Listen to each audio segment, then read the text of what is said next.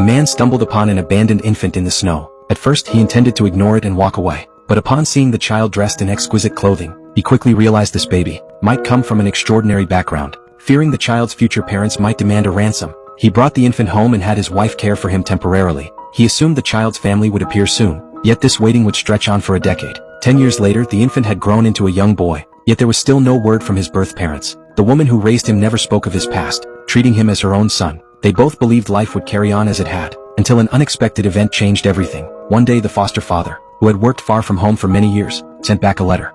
He wrote that he had been seriously injured at work, and needed a large sum for treatment. His foster mother searched through all their savings but found it woefully insufficient. Remy sensed something was terribly wrong. The next day his fears were confirmed. His foster mother was forced to sell their only cow to a neighbor. This cow had been with Remy since he was a child, and was the family's sole source of income. They parted with it reluctantly, but had no other choice. When Remy noticed the neighbor holding a whip, he knew the cow's days would be filled with hardship.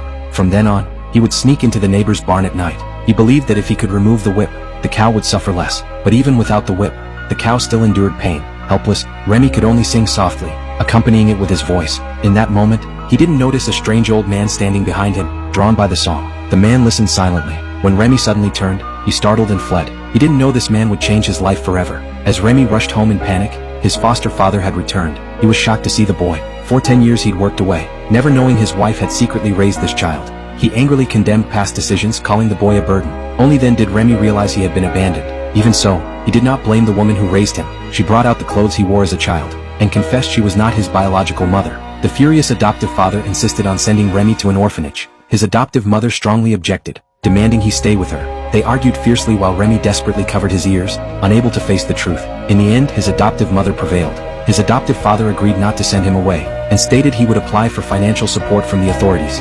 Hearing this, Remy threw himself into her arms. The next morning, Remy reluctantly followed his adoptive father into town. He believed this was a step toward a stable life. He didn't know it was merely a trap set in advance. When they reached the government building, his adoptive father stopped and refused to enter. Remy asked in confusion, "Aren't we going in?" The man replied coldly, "I tricked you out here. We can't afford you. You're going to the orphanage."